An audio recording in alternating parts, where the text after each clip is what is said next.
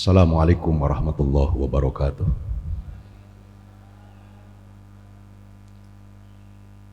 Bismillahirrahmanirrahim. Alhamdulillahi rabbil alamin. Alhamdulillahilladzi ja'alal ilma arba'a sifatil kamaliyah.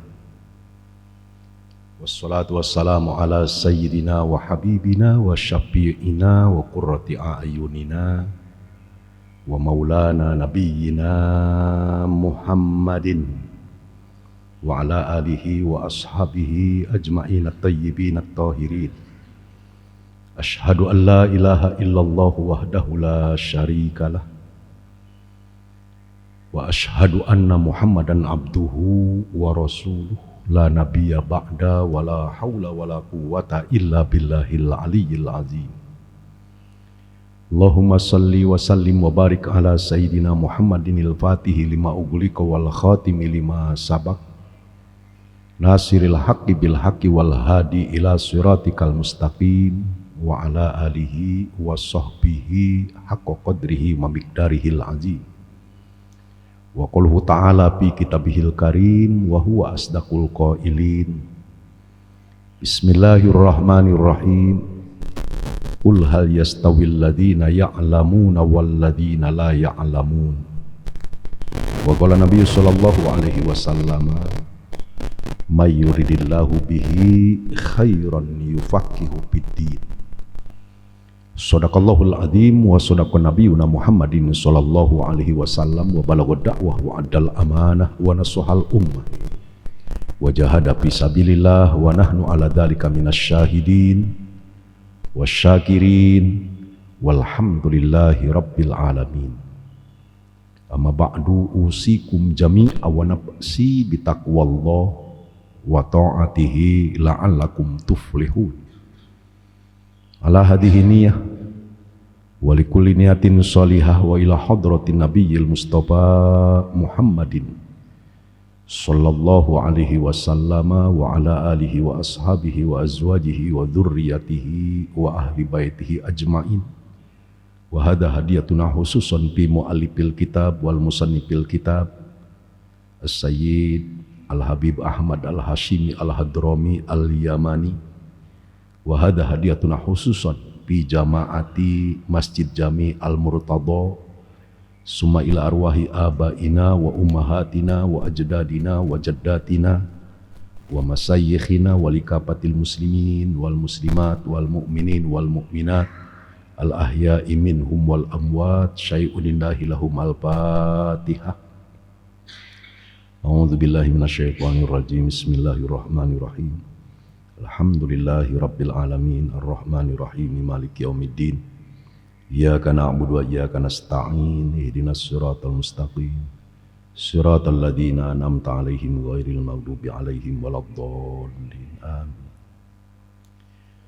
Hadirin sekalian yang saya hormati dan saya cintai, wabil khusus para alim ulama, para asatizah, para guru, segenap pengurus Masjid Jami Al-Murtada, bapak-bapak, ibu-ibu, hadirin sekalian yang saya muliakan. Bersyukur kita kepada Allah, hari ini Allah mentakdirkan kita bisa menunaikan sholat subuh berjamaah.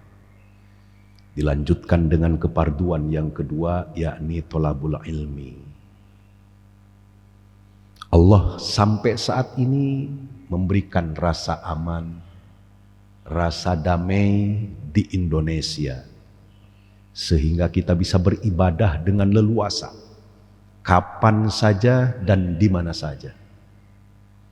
Alangkah durhakanya dan alangkah durjananya ketika Allah Subhanahu wa ta'ala memberikan kedamaian, keamanan, kita sia-siakan, tidak digunakan untuk beribadah kepada Allah. Ketika kita beribadah kepada Allah, jangan nunggu perang, jangan nunggu kacau balau, karena kalau sudah dilanda peperangan, kita tidak akan bisa beribadah dengan tenang dan dengan leluasa. Saudara-saudara kita yang ada di Palestina sampai hari ini tidak bisa beribadah dengan tenang seperti kita. Mereka tidak bisa menunaikan sholat tahajud dengan tenang. Mereka tidak bisa melaksanakan baca Quran dengan tenang. Mereka tidak bisa melaksanakan syiar tabligh akbar. Mereka tidak bisa melaksanakan zikir dengan leluasa, dan mereka tidak bisa duduk mendengarkan ilmu-ilmu seperti kita. Kenapa? Karena dilanda peperangan, pertempuran, serbuan senjata dari Zionis Israel. Per hari ini saudara-saudara kita yang meninggal di Palestina sudah mencapai angka 13.200. Angka 13.000 bukan angka sedikit. Peristiwa Palestina adalah peristiwa kita, karena itu adalah tanah ketiga umat Islam di dunia. Oleh sebab itu saudara-saudara sekalian, sangat bersyukur dan beruntung kita di Indonesia diberikan rasa aman, rasa damai. Kita lanjutkan kepada taklim hari ini. Allah Subhanahu wa ta'ala akan memberikan 7 keistimewaan, 7 kehebatan kepada orang-orang yang dipilih oleh Allah menjadi kekasih-kekasih Allah, kepada orang-orang yang dipilih oleh Allah menjadi ahli-ahli ibadah. Jadi Pak, Bu, Allah akan memberikan 7 keistimewaan, 7 kehebatan kepada orang-orang yang dipilih oleh Allah menjadi kekasih. An Abi Dzarrin radhiyallahu anhu, qala Rasulullah sallallahu alaihi wasallam, idza aradallahu bi 'abdihi khairan fatahalahu qufla qalbihi wa ja'ala fihil yaqin wasidqa wa ja'ala qalbahu wa'iyan lima salaka fihi wa ja'ala qalbahu saliman wa lisanahu shadiqan wa khaliqatuhu mustaqimatan wa ja'ala uzunahu sami'atun wa ainahu basiratan. Shadaqan Nabi. Nabi SAW bersabda, idza aradallahu bi 'abdi khairan fatahalahu qubla qalbihi. Apabila Allah menghendaki keterpilihan dan kebaikan kepada hamba-hambanya, maka Allah akan membukakan kunci-kunci ruhaninya, kunci-kunci hatinya. Keistimewaan yang pertama tuh.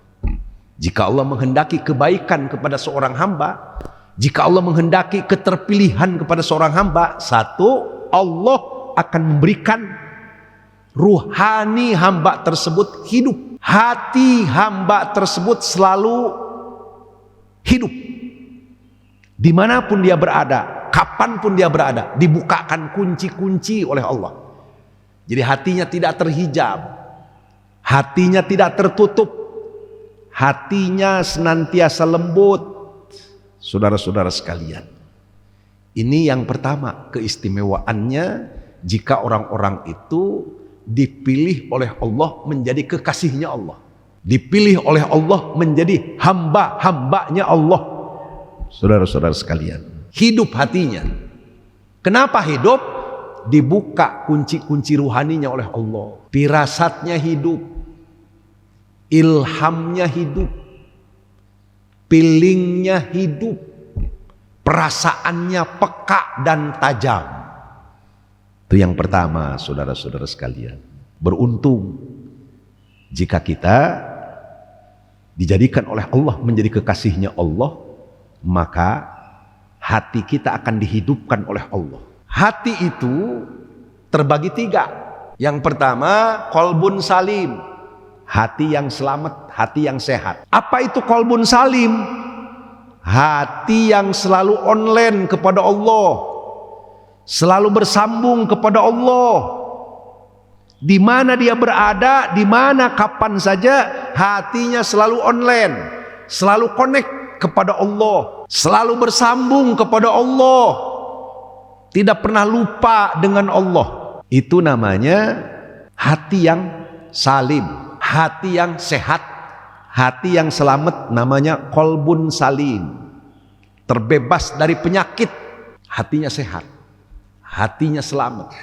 Selalu online kepada Allah, selalu connect dengan Allah kapan saja dan di mana saja. Zohirnya dia ngojek, tapi hatinya online kepada Allah. Zohirnya dia ngobrol, ruhaninya connect dan online kepada Allah 24 jam. Itu baru namanya qalbun salim. Yang kedua, hati itu adalah qalbun marid, hati yang berpenyakit. Iri, dengki, hasad, sombong, pelit, takabur, hobi pujian, hobi sanjungan, riya dan lain sebagainya. Itu namanya qalbun marid, hati yang berpenyakit. Kalau nggak jadi imam, biasanya jadi imam, nggak dijadikan imam, marah, nggak sholat lagi. Kalau sodakoh nggak diumumin, nggak disebutin, marah.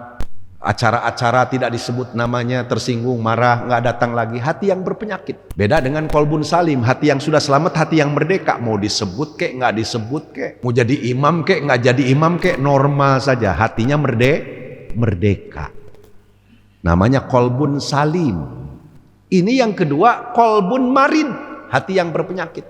Tetangganya beli mobil, dianya yang meriang. Tetangganya suaminya kawin lagi, punya istri 2, diomongin. Hatinya berpenyakit. Yang ketiga, hati itu qalbun mayyit, hati yang mati. Kalau hati yang mati, bahasa orang Betawi itu namanya teka. Bahasa Jawanya ngeyel. Ada orang Betawi di sini? Ada orang Betawi? Kalau orang Betawi sebutannya Bu teka. Pernah dengar bahasa teka? Kalau Betawi itu teka. Kalau teka itu terserah dia, maunya dia aja dah. Itu orang yang qalbun mayyit. Kalau bahasa Jawanya ngeyel. Ada orang Jawa di sini? Ada? Nggak ada? Bahasa Sundanya apa? Ada orang Sunda di sini? Nggak ada?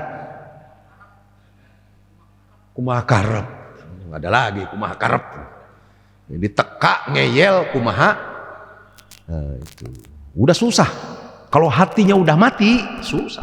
Nggak dengar pengajian, hanya sebatas menggugurkan kewajiban. Sholat hanya menggugurkan kewajiban, nggak berbuah sama sekali. Nah, kalau dia posisi hatinya itu sakit, kemungkinan 2. Kemungkinan turun menjadi mati hatinya, kemungkinan naik menjadi sehat hatinya. Tergantung diobati atau dibiarkan. Kalau kita makan kebalikannya Pak ya. Kalau Nabi dan para Rasul, sahabat-sahabat Nabi dan sahabat Rasul, para wali, para kekasih-kekasihnya Allah, itu lebih mendahulukan penyakit ruhani. Biasanya satu hari sodako, hari ini nggak sodako. Ada apa dengan diri saya ini? Kok hari ini nggak sodako? Biasanya bangun malam, kok malam ini nggak bangun malam? Ada apa? Dia akan mengevaluasi. Itu kalau hatinya sehat, saudara-saudara sekalian. Satu ketika Imam Ibnu Hajar Al-Asqalani, presidennya ahli hadis, itu diundang oleh salah satu sultan. Diundang oleh kalau di kita diundang oleh gubernur. Gubernur ngundang, dia datang ke tempat gubernur. Imam Ibnu Hajar Al-Asqalani tersebut. Gubernur ngajak diskusi, nanya fatwa-fatwa agama kepada Imam Ibnu Hajar Al-Asqalani. Begitu pulang, udah beres, pulang Ibnu Hajar itu. Misalnya kantor gubernurnya di mana di kita nih?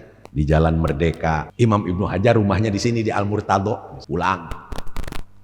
Dari kantor gubernur pulang. Oleh gubernur itu dikasih hadiah. Bahasa kita dikasih untuk ongkos lah, dikasih amplop. Karena dikasih amplop, maka Ibnu Hajar itu dari kantor gubernur Jalan Merdeka sana mampir dulu di pasar Minggu. Beli anggur, beli kurma, beli buah-buahan untuk nyenengin anak istri. Sampai rumah asar. Ayah dari mana? Kata anak istrinya itu.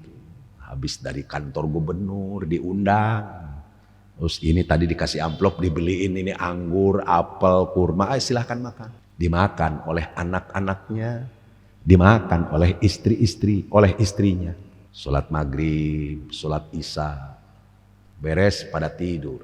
Biasanya tanpa dibangunin, Itu istrinya Imam Ibnu Hajar itu setiap 2:30 udah bangun. Anak-anaknya Imam Ibnu Hajar itu setiap 2:30 udah bangun. Itu malam kok anak-anaknya nggak bangun, istri-istrinya nggak bangun. Istrinya itu bangunnya jam 5 subuh. Ibnu Hajar mengevaluasi, ada apa ya Allah? Istri saya biasanya bangun jam 2:30 tanpa dibangunin.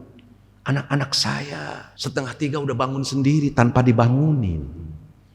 Kok ini nggak bangun? Jangan-jangan tadi kurma anggur yang saya belanjakan ini jangan-jangan duitnya duit haram, jangan-jangan duitnya duit subhat. Sampai segitunya. Kalau kita makan enggak. Mau duit rentenir kayak, mau duit subhat kayak, duit haram kayak, jadi aja. Bener gak? Bener gak? Begitu saudara-saudara sekalian. Mereka kelasnya sampai begitu tuh. Kenapa? Karena hatinya sehat, hatinya selamat, hatinya hidup. Itu yang pertama, keistimewaan orang-orang yang dipilih oleh Allah menjadi kekasihnya, dipilih oleh Allah menjadi ahli ibadah, ruhaninya dan hatinya hidup. Yang kedua, keistimewaannya wa ja'ala fihil yaqini wasidqi, dan dijadikan oleh Allah hidupnya penuh keyakinan dan selalu menapaki jalan yang benar. Yakin dia dengan kebesaran Allah, yakin dia dengan kekuasaan Allah, tidak pernah ragu, tidak pernah gentar, tidak pernah khawatir. Allah tanamkan keyakinan, la khauf wala tahzan, tidak ada rasa takut dan tidak ada rasa khawatir. Itu orang yang dipilih oleh Allah menjadi kekasih Allah. Yang kedua itu keistimewaannya diberikan oleh Allah keyakinan yang full. Hidupnya dihidupkan oleh Allah, matinya dimatikan oleh Allah. Rezeki yang datang dari Allah dikembalikan kepada Allah. Kesehatan yang diberikan oleh Allah dikembalikan kepada Allah. Badannya sehat, maka dia gunakan untuk ibadah. Dia gunakan untuk baca Quran. Dia gunakan untuk zikir. Dia gunakan untuk silaturahmi. Dia gunakan untuk taklim. Artinya kesehatan datang dari Allah dikembalikan kepada Allah. Rezeki yang dapat dari Allah berupa uang dikembalikan kepada Allah. Dibangunkan pesantren, dibangunkan untuk kepentingan masjid, dibangunkan untuk kepentingan majelis taklim. Rezeki yang datang dari Allah dikembalikan kepada Allah. Namanya penuh keyakinan. Tidak takut miskin, tidak takut mati, tidak takut sakit. Full Allah berikan keyakinan. Itu kekasih Allah itu begitu. Salah satu keistimewaannya. Kalau kita kebalikannya, sering kita membiarkan penyakit ruhani. Penyakit ruhani kita nggak pernah diobatin. Sedangkan penyakit jasmani, baru batuk 1 hari aja ribut kita ke dokter. Baru demam 1 malam aja ribut besoknya ke dokter. Penyakit jasmani kita ribut, tapi kalau penyakit rohani pelit, diantepin aja nggak diobatin.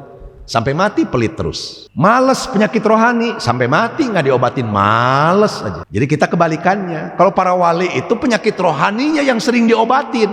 Ketika rohaninya sehat, maka jasmaninya akan sehat. Ketika rohaninya sakit, jasmaninya akan ikut sakit. Maka muncul penyakit-penyakit yang aneh-aneh sekarang ini.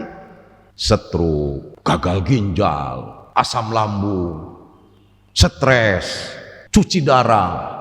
Penyakit-penyakit yang aneh-aneh. Dulu enggak tuh, orang tua kita enggak. Para nabi, para rasul, para wali enggak, biasa-biasa saja tuh penyakitnya. Penyakit normal aja.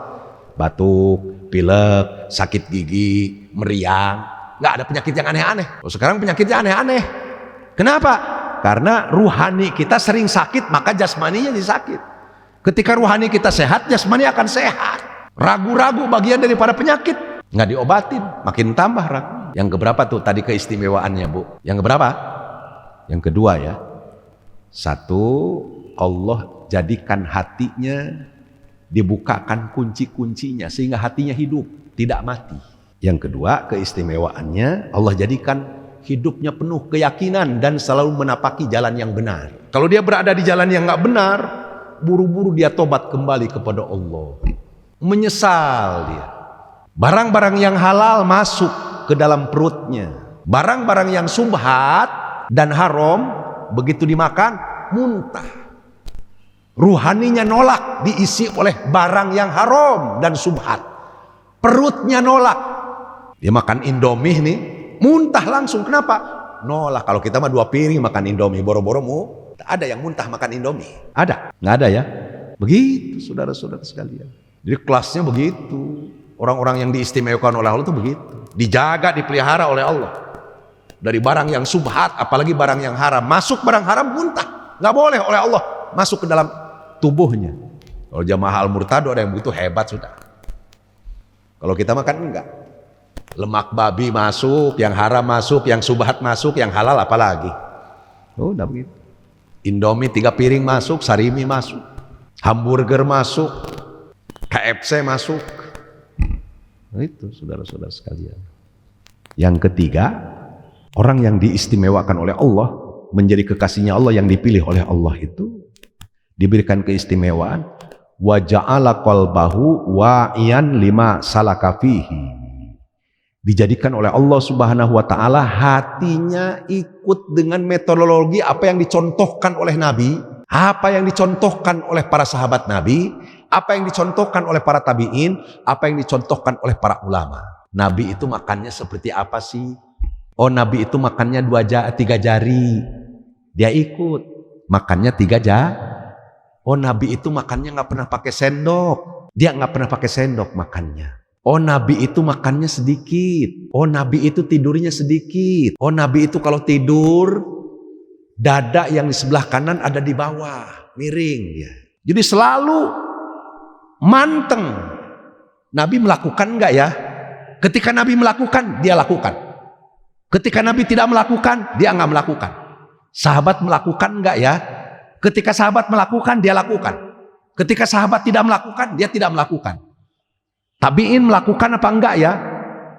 Jadi menjadikan Nabi sebagai idolanya, menjadikan Nabi sebagai uswatun hasanah, menjadikan Nabi sebagai kompas kehidupannya.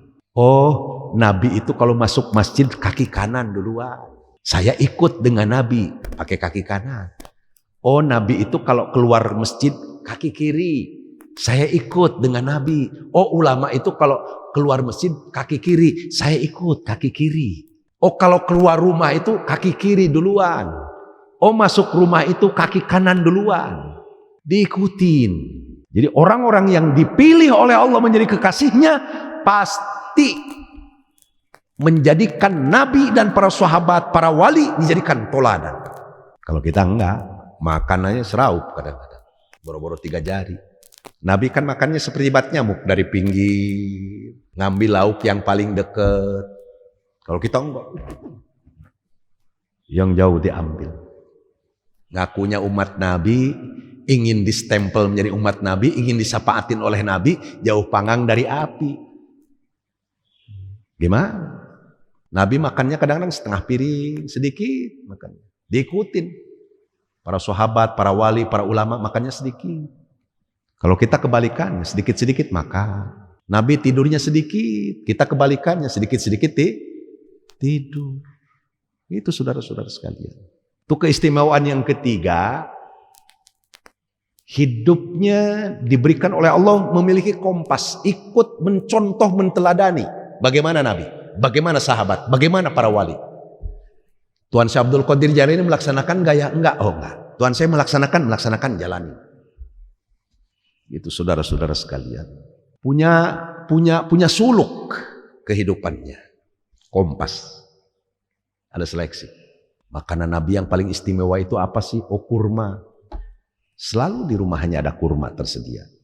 Nabi itu apa sih kesukaannya? Suka wewangian.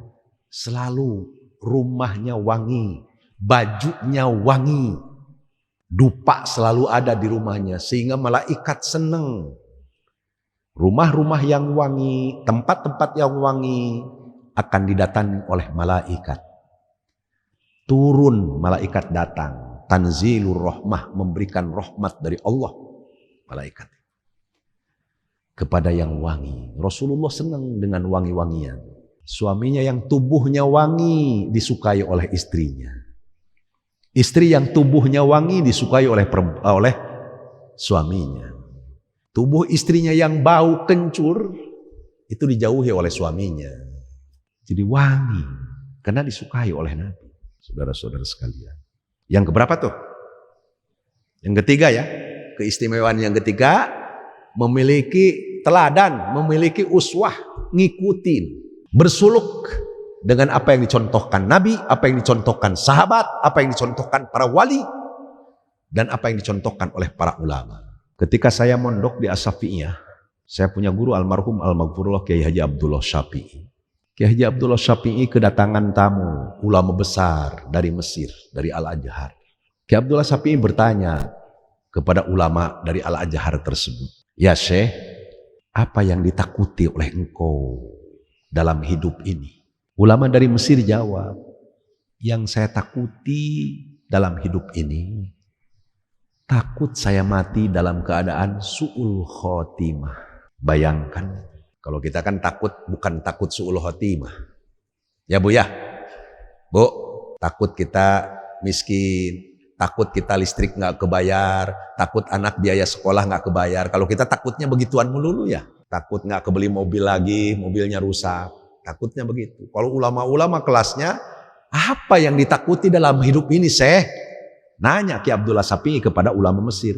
Jawab, yang saya takutin itu, saya mati dalam keadaan su'ul khotimah. Artinya mati dalam keadaan su'ul khotimah kan mati sia-sia. Sujud kita, ruku kita dapat capek doang, sholat kita dapat capek doang, haji kita dapat capek doang, baca Quran kita dapat capek doang. Tahu-tahu mati dalam keadaan su'ul khotimah. Begitu. Jadi yang ditakuti oleh mereka itu mati dalam keadaan su'ul khotimah. Kita ingin mati dalam keadaan husnul, ikut pengajian di Al-Murtado, sholat subuh berjamaah, ikut ta'lim, pulang ke Sandung mati, husnul khotimah. Husnul, makanya doanya tadi begitu, ya Allah matikan kami dalam husnul khotimah, beres kami taklim supaya kami ke Sandung mati, begitu. Ada nggak ya doa begitu? Ada nggak? Doanya panjang umur mulu. Pulang pengajian, pulang taklim, mau pulang ke rumah ke Sandung, jatuh, mati, ya Allah. Husnul khotimah. Dari mana dia? Kenapa dia mati? Pulang pengajian, pulang taklim, ke Sandung mati, ya Allah. Mati syahid, habis taklim. Harusnya bapak-bapak, ibu-ibu doanya tadi begitu. Ada ya doa begitu tadi? Hah? Nggak ada. Doanya panjang umur mulu. Sekali-kali doa tuh yang antik-antik. Umat Islam itu kan punya doa andalan masing-masing ya. Ya Pak? Umat Islam itu punya doa andalan masing-masing. Punya doa doa pamungkas masing-masing. Tukang bengkel punya doa pamungkas. Ya Allah, biar cepat pada rusak mobilnya. Itu doa pamungkas namanya. Tukang jahit, ya Allah, buru-buru bajunya pada rusak, biar ngejahit ke saya. Itu doa pamungkas. Tukang gali kubur, ya Allah, buru-buru banyakin yang mati. Itu doa apa? Doa pamungkas. Ustaz doa, ya Allah buru-buru ada tahlilan biar pada mati, jadi dapat orderan tahlilan. Itu doa pamungkas itu. Yang keempat, wa ja'ala qalbahu saliman wa lisanahu shadiqan. Keistimewaan orang yang dipilih oleh Allah menjadi kekasih Allah itu dijadikan hatinya selamat, lisannya selamat, hidupnya benar. Hidupnya benar menurut Allah, benar menurut Rasulullah. Benar di dunia, benar di akhirat. Diistimewakan oleh Allah, hatinya diselamatkan oleh Allah.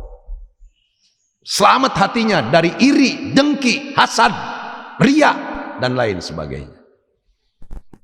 Selamat hatinya dari pelit, dari malas, dan lain sebagainya. Diselamatkan oleh Allah. Ya Allah, hari ini punya duit 1 juta. Allah kirim dengan kemurahannya 1 juta. Masuk dia ke rumahnya duitnya 500, masuk menjadi hak Allah ke masjid 500. Jemaah Al-Murtado kira-kira Ustaz ada yang begitu enggak ya? Enggak ya? Ada enggak ya? Kali dapat duit 1 juta hari ini, oh hak Allah 500 masukin ke masjid, 500 masuk ke dapurnya.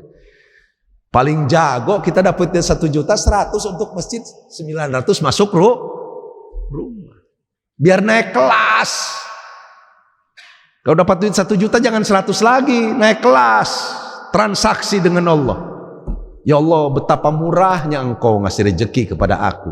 Aku yang zalim, aku yang pelit. Jika aku membawa 900 ke rumah, maka cukup aku syukuri 500 untuk ke rumah dan 500 aku kembalikan kepadamu ya Allah, untuk yatim dan untuk masjid. Baru itu naik kelas namanya. Ini punya kontrakan 50 pintu, ngasih ke masjid dari tahun ke tahun 50.000 aja, nggak naik-naik kelas. Akhirnya kontrakannya kebakaran rata dengan tanah. Minjem uang ke bank, bangun lagi, jauh dari keberkahan. Naik kelas. Begitu. Tuan Syekh Abdul Qadir Jailani, Imam Syafi'i, Imam Ghazali itu dia tidak akan makan dan minum sebelum dia bersedekah. Dia habis sholat subuh, baca Quran, zikiran, belum makan, belum minum dia. Dia pergi dulu, dia sedekah, baru dia makan minum. Kira-kira kita ada nggak yang begitu ya? Nggak ada ya? Kita makan nasi uduk duluan, sedekahnya belum. Pantes zanazah, ahli-ahli kubur itu doanya Rabbi laula akhortani ila ajalin qarib fa asaddaqu. Ya Allah, jika aku dihidupkan 1 hari saja ke dunia, jika aku dihidupkan kembali 1 hari saja ke dunia ya Allah, aku akan bersedekah. Fa asaddaqu. Bukan aku akan sholat, aku akan ini, aku akan umroh, enggak. Kenapa? Umroh untuk dirinya nggak ada yang dirugikan. Sholat untuk dirinya nggak ada yang dirugikan. Zikir untuk dirinya nggak ada yang dirugikan. Baca Quran untuk dirinya. Tapi ketika sedekah seolah-olah ada yang dirugikan. 100.000 harusnya untuk dirinya dipotong 50.000. Jadi tinggal 50.000. Makanya ahli kubur nggak ada tuh doanya itu untuk anu. Yang ada Rabbi laula akhortani ila ajalin qarib fa asaddaqu. Wahai Allah, jika aku dihidupkan 1 hari saja ke dunia, niscaya aku akan sedekah. Amalannya berat itu sedekah. Sholat banyak yang bisa, baca Quran banyak yang bisa, zikir banyak yang bisa, duha banyak yang bisa. Tapi sedekah, apa banyak yang bisa? Enggak. Makanya kalimatnya di masjid-masjid di Jabotabek sering salah. Fulan bin Fulan telah mensedekahkan sebagian hartanya. Oh, sebagian. Kalau sebagian berarti bapak punya harta 1 miliar, sebagian berarti 0,5 miliar. Ibu punya harta 5 miliar, kalau sebagian berarti 2,5 miliar. Jadi ngomongnya jangan sebagian. Itu saudara-saudara sekalian. 100.000 kok sebagian. Sedekah. Yang kelima, wa khaliqatahu mustaqimatan. Akhlaknya lempeng. Kekasih-kekasih Allah itu orang-orang yang terpilih di sisi Allah itu akhlaknya lempeng, istiqomah. Enggak mancela-mencele. Kapan dia lembut, kapan dia tegas, kapan dia keras. Kapan dia damai, kapan dia perang. Enggak mancela-mencele. Akhlaknya lempeng. Ucapannya pakem. Bahasa Betawi pakem. Saudara-saudara sekalian, enggak mancela-mencele. Yang keenam, orang-orang yang terpilih di sisi Allah itu akan diberikan oleh Allah wa ja'ala ujunahu sami'atan. Dijadikan oleh Allah telinganya bolong, telinganya mendengar. Debur ombak yang ada di Pelabuhan Ratu, dia tinggal di Ranco, dia dengar. Di Jawa Timur ada tabrakan mobil dengan mobil, jeger. Dia tinggal di Jakarta, telinganya bolong. Wah, ya Allah. Ada apa Buya? Ada tabrakan di Jawa Timur, padahal dia di Jakarta. Telinganya bolong. Dijadikan oleh Allah, diberikan keistimewaan. Orang yang terpilih di sisi Allah menjadi kekasihnya Allah itu telinganya bolong. Telinganya mendengar, bukan kayak kita mah congek terus, telinganya budeg. Ketutup terus kita mah. Jadi ada peristiwa apapun di belahan bumi, telinganya dia dengar. Orang yang dipilih oleh Allah itu. Debur ombak di Pangandaran, dia tinggal di Jakarta, dia dengar. Pangandaran ombak lagi gede, jegur dia dengar. Hebat itu. Saudara sekalian. Keistimewaan yang keenam, orang yang dipilih oleh Allah menjadi kekasihnya Allah, itu telinganya mendengar. Bukan kayak kita, telinganya budeg. Kita nggak pernah mendengar apa-apa. Dia lewat ke komplek pekuburan. Waalaikumsalam, waalaikumsalam, waalaikumsalam. Muridnya bingung. Jawab salam terus ini, siapa yang salam? Murid-muridnya budeg. Gurunya dengar bolong telinganya, ahli kubur memberi salam kepada dia. Lewat gurunya ke komplek pekuburan. Ahli-ahli kubur, karena ini orang terpilih di sisi Allah, memberikan salam. Assalamualaikum, dijawab waalaikumsalam. Kuburan ini assalamualaikum, waalaikumsalam, waalaikumsalam. Muridnya bingung. Ini guru kenapa ini?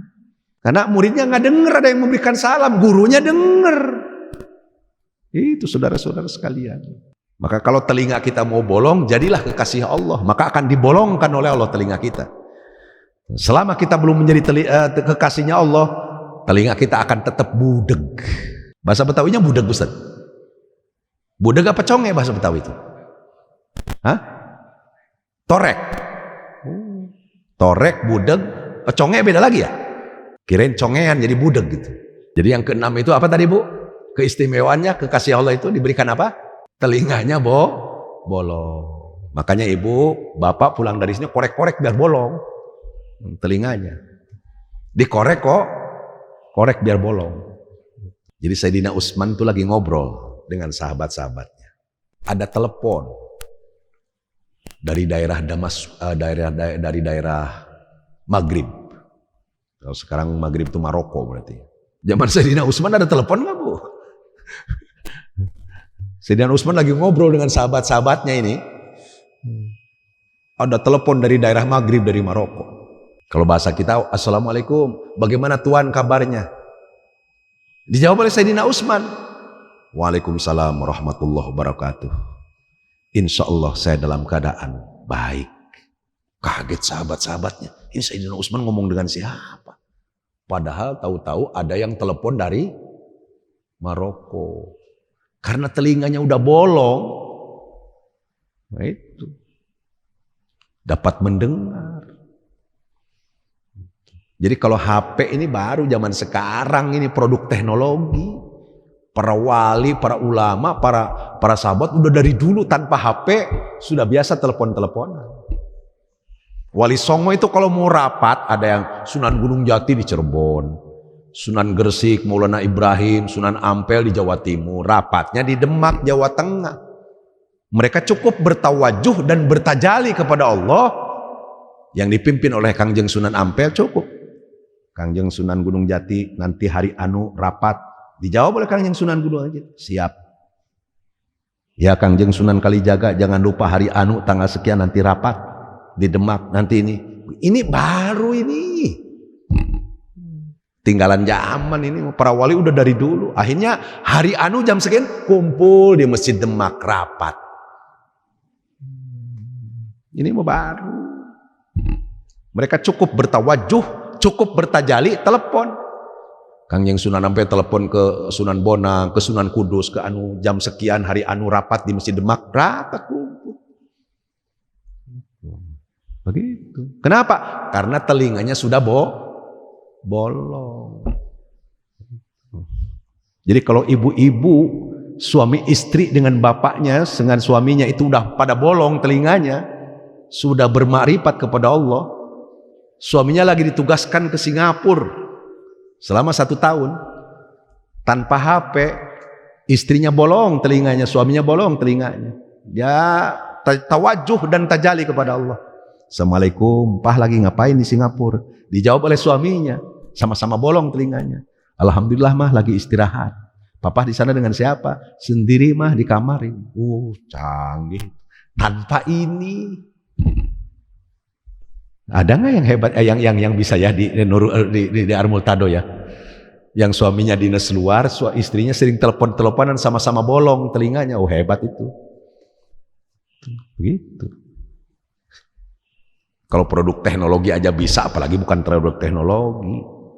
Kita mengejar produk teknologi melulu, bukan ingin bisa tanpa teknologi. Bagaimana caranya ingin bisa, ingin mampu tanpa teknologi? Sebagaimana mampunya para wali-walinya Allah. Baru. Bolong telinganya. Di tol Jakarta Cikampek jam sekian macet. Jangan berangkat jam sekian ya, macet. Ntar aja berangkatnya kalau udah nggak macet. Terakhir yang ketujuh, keistimewaan orang-orang yang dipilih oleh Allah itu wa ainahu basiratan, matanya tajam. Diberikan oleh Allah penglihatan-penglihatan yang tidak dilihat oleh orang. Begitu. Sayyidina Umar itu lagi pidato sebagai Amiril Mukminin. Itu Sayyidina Umar ngutus utusan bala tentara muslim ke satu wilayah untuk menaklukkan wilayah tersebut. Kalau kita misalnya dari Indonesia itu ke Australia misalnya pasukan. Itu lagi pidato, tiba-tiba Sayyidina Umar melihat pasukan muslim yang di Australia itu terdesak. Mau mengalami kekalahan. Kata Sayyidina Umar, pergi kalian ke tepi gunung, selamatkan diri kalian. Ayo pergi dulu, selamatkan dulu masing-masing ke tepi gunung. Kata sahabat-sahabat yang lain, ini Sayyidina Umar meracau atau bagaimana? Begitu saudara-saudara sekalian. Matanya diberikan tanpa batas, tidak dibatasi oleh ruang dan waktu. Mau kehalang tembok, mau apa, tajam dia. Sedang ada kejadian apa di Surabaya, dia tahu. Sedang ada kejadian apa di Singapura, dia tahu. Sedang ada kejadian apa di Kalimantan, dia tahu dan bisa melihat. Yang akan jadi presiden 2004, dia tahu siapa. Kenapa? Dihidupkan oleh Allah, telinganya bolong, matanya awas. Begitu saudara-saudara sekalian. Wa ainahu basiratan. Gitu. Itu baru tuh 7 keistimewaan orang-orang yang dipilih oleh Allah menjadi kekasih-kekasihnya Allah. 1, hatinya dibukakan oleh Allah, hidup diberikan kunci-kunci oleh Allah. 2, dijadikan oleh Allah hidupnya penuh keyakinan dan selalu berada dalam jalan yang benar. 3, dijadikan oleh Allah hatinya selalu mengikuti apa yang telah dicontohkan oleh yang terdahulu. 4, hatinya selamat dan lisannya selamat, ucapannya benar. 5, akhlaknya lurus, tidak pernah buruk sangka kepada orang lain, tidak pernah negatif kepada orang lain, tidak pernah fitnah dan zalim kepada orang lain, lempeng pakem. Telinganya diperdengarkan oleh Allah dengan yang tidak mendengar orang lain. Matanya melihat. Kalau kita kan buta terus, mata kita kapan? Mata kita akan melek kapan? Mata kita akan melihat.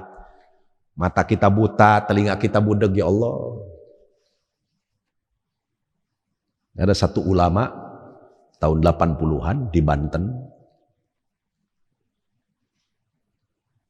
Itu nggak pernah ke pasar. Seumur hidup nggak pernah ke pasar. Satu ketika dia pergi ke pasar, ada barang yang mau dibeli. Begitu pulang dari pasar, itu 2 bulan lebih. Tidak pernah mau makan, tidak pernah mau minum. Asal makan muntah, asal minum muntah. Itu 2 bulan berturut-turut ngurung diri aja di kamar. Ditanya oleh istrinya dan anaknya, "Mbak, kenapa? Abak kok murung terus? Abak kok nggak mau makan, nggak mau minum? Kalau makan muntah, minum muntah. Udah 2 bulan ini, Mbak, ada apa?" Abak sedih, abak nyesel pergi ke pasar. Begitu abak ke pasar, ternyata di pasar tidak ada manusia. Ternyata di pasar itu ada babi, ada biawak, ada kalajengking, ada ular, ada darah, ada monyet, dan lain sebagainya. Ya Allah. Nyesel abak ke pasar. Kalau kita makan enggak, pergi ke pasar juga dianggapnya ada. Kalau kelas-kelas begitu, makanya nggak mau pergi ke pasar itu, berkeliaran di pasar itu ada babi, ada monyet, ada anjing, ada apa begitu. Kalau kita diperlihatkan seperti itu, gawat sudah, nggak akan bisa makan. Makanya nggak pernah ke pasar lagi tuh si abah itu. Oh begitu, Mbak? Iya. Ya Allah. Diperlihatkan oleh Allah begitu ke pasar yang ada kalajengking, darah pada ngalir, nanah pada ngalir, anjing, babi berkeliaran. Ya Allah. Ngeri. Ini yang dapat saya sampaikan. Mudah-mudahan ada manfaatnya. Mudah-mudahan kita menjadi bagian daripada orang-orang yang dipilih oleh Allah, menjadi kekasih-kekasihnya Allah. Mudah-mudahan kita menjadi bagian daripada orang-orang yang mencintai amal-amal soleh, menjadi orang-orang yang ahli ibadah di sisi Allah Subhanahu wa ta'ala. Ibadah kita bagian daripada kebutuhan kita. Al-Fatihah. A'udzubillahi minasyaitonirrajim. Bismillahirrahmanirrahim. Alhamdulillahirabbil alamin. Ar-Rahmanirrahim. Maliki yaumiddin. Iyyaka na'budu wa iyyaka nasta'in. Ihdinas siratal mustaqim. Siratal ladzina an'amta 'alaihim ghairil maghdubi 'alaihim waladdallin. Subhanakallahumma wa bihamdika asyhadu an la ilaha illa anta astaghfiruka wa atubu ilaik. Wallahul muwaffiq ila aqwamit thoriq. Wassalamualaikum warahmatullahi wabarakatuh.